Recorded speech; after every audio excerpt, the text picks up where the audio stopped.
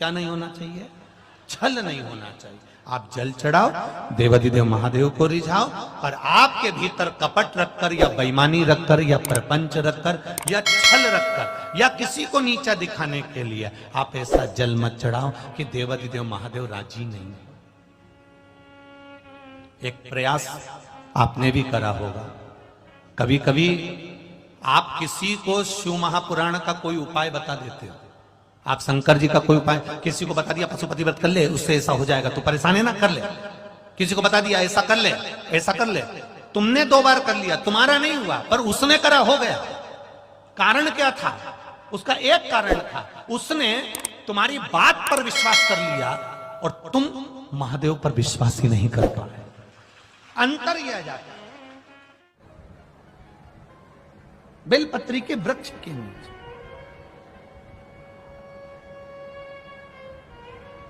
एक बेलपत्री के पत्ते में, अब तो लोग उस पर सर्च करने लगे, रिसर्च करने लगे, बेलपत्री के एक एक पत्ते में क्या क्या विराजमान है।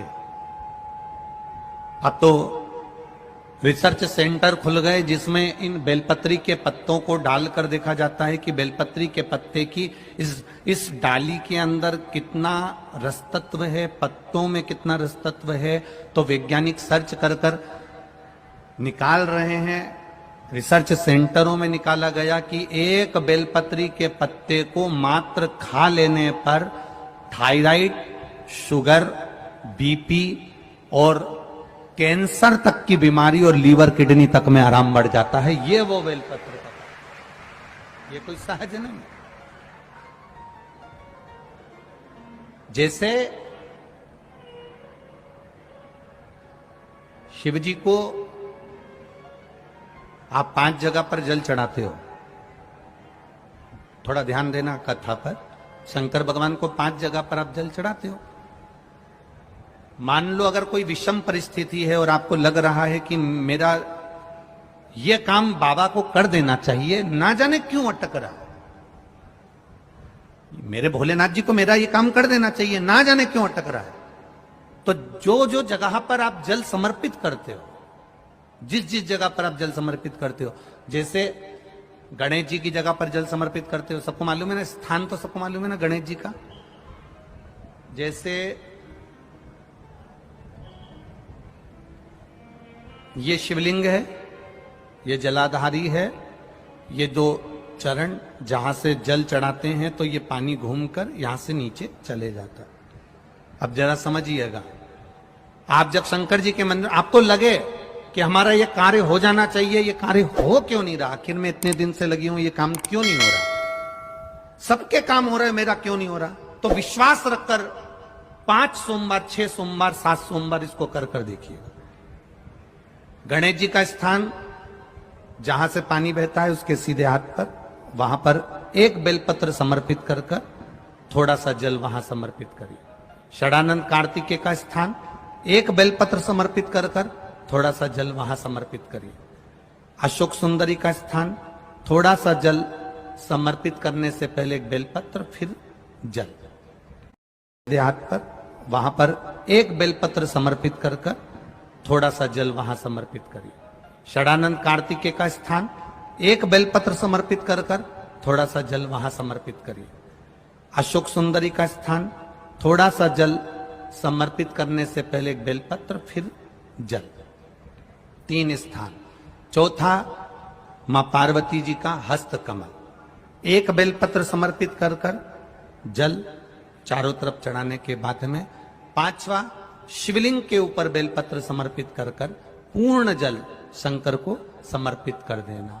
ये 5 स्थान का चढ़ा हुआ जल आपके जो काम अटक रहे हैं, जो कार्य में आपको तकलीफ आ रही है, आप बाबा को बस एक बेलपत्र और एक लोटे जल में से 5 स्थान पर जल समर्पित करने पर आप तुरंत 2 महीना भी नहीं लगेगा, मेरा विश्वास कहता है 15 या 20 दिन में बाबा उसको स्वीकार करेंगे। 15 से 20 दिन। पहला जल कहां चढ़ाना है, जम के बोलो जरा, गणेश जी वाला स्थान। दूसरा, कार्तिकेय वाला स्थान। अब इसको समझ लेना आप अच्छे से, हम ये नहीं कह रहे हैं कि तुम गणेश जी की मूर्ति पे चढ़ाओ, हमने ये नहीं बोला।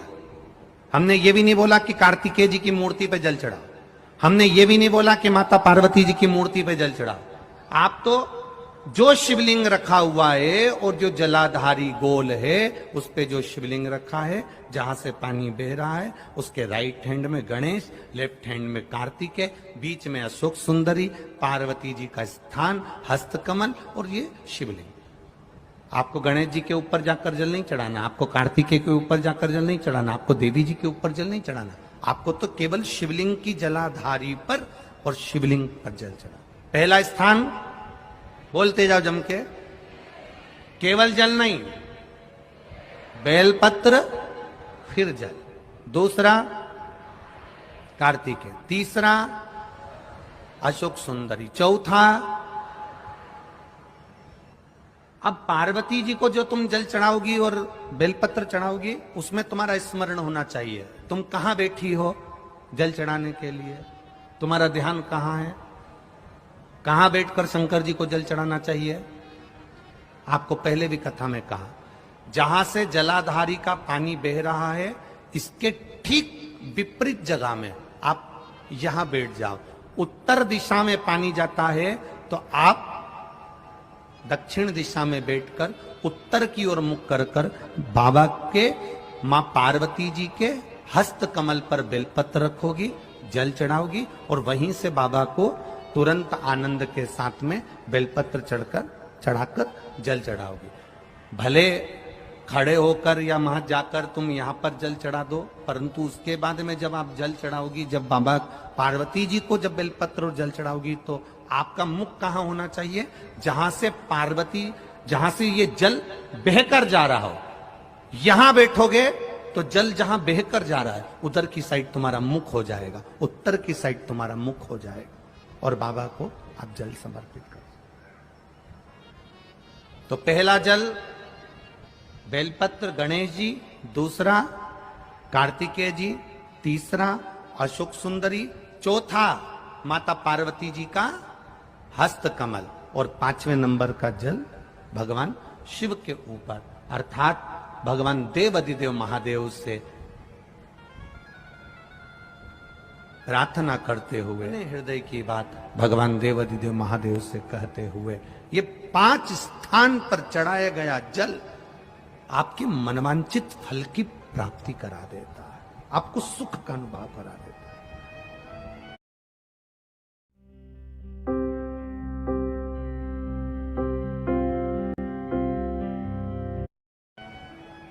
पांच जगह पर चढ़ाया गया, कम से कम 5 या 7 सोमवार अवश्य चढ़ाओ। 5 जगह पर चढ़ाया गया जल, 5 स्थान पर समर्पित किया गया जल साधारण नहीं होता। हम फिर निवेदन करेंगे, 5 जगह का जल और 5 जगह करा गया प्रणाम कभी खाली नहीं जाता। पहला स्थान, अपने पिता के चरणों को जो प्रणाम करता है उसको कभी गरीबी नहीं आती। दूसरा, जो अपनी माता को प्रणाम करता है वो कभी बदनसीब नहीं होता।